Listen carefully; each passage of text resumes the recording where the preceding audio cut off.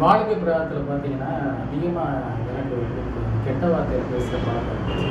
இன்னைக்கு ஒரு சிலர் பார்த்தீங்கன்னா, வாயில தொறந்தாலே பார்த்தீங்கன்னா, அந்த ஊத்த வார்த்தைன்னுவாங்க. அதாவது கெட்ட வார்த்தை வந்து சரளமா வரும். அதில பயங்கர டாக்டரேட் முடிச்சவங்க மாரி பேசுவாங்க. அவங்க வாய திறந்தா பேசுற வார்த்தைய நம்ம காதுலயே விழுந்து கேட்க முடியாது. அப்படி ரொம்ப மோசமா இருக்கும். அப்படிப்பட்ட சூழ்நிலையில நான் வந்து என்ன செஞ்சேன், ஆண்டவரை ஏத்துக்கிட்டேன். இந்த வார்த்தை என்னை விட்டு போகலையே அப்படின்னு சொல்லி நான் அதிகமா யோசித்த நாட்கள். அப்படி நான் இருக்கிறப்ப வேதத்தில் ஒரு பகுதி பார்த்தீங்கன்னா, எபேசியர் 4:29 பார்த்தீங்கன்னா, கெட்ட வார்த்தை ஒன்றும் உங்கள் வாயிலிருந்து புறப்பட வேண்டாம்.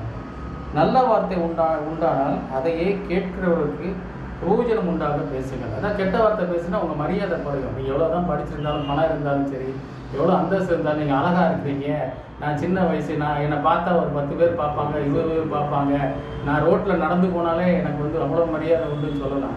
ஆனால் நீங்கள் கெட்ட வார்த்தை பேசி பாருங்கள், அந்த சமுதாயத்தில் ஒரு பொதுவான இடத்துல பேசி பாருங்கள், உங்களுக்கு மரியாதை கிடைக்காது. உங்களோட மரியாதை குறைஞ்சிடும். ஒருவேளை உங்கள் முன்னாடி வேணால் பேசலாம், ஆனால் இப்போ உங்கள் பின்னாடி பார்த்தா இவ என்ன இப்படி பார்த்தா அவ்வளோ நீட்டாக இருக்கிறாங்க, இப்படி அசிங்கமாக பேசுகிறாங்களேன்னு சொல்கிற வார்த்தை வரும்.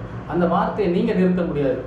நீங்கள் வந்து ஆண்டவர்கிட்ட கேளுங்க, இயேசுவே எனக்கு இந்த கெட்ட பழக்கத்துலேருந்து, இந்த கெட்ட வார்த்தை பேசுறதுலேருந்து, இந்த ஒரு அது பிடிக்காத மற்றவங்களுக்கு பிடிக்காத காரியமாக நான் சரி இதுலேருந்து எனக்கு ஒரு விடுதலை கொடுக்குன்னு சொல்லி நீங்கள் ஏசாமிகிட்ட கேளுங்க. கண்டிப்பாக உங்களுக்கு அதுலேருந்து ஒரு விடுதலை நிச்சயமாக கிடைக்கும்.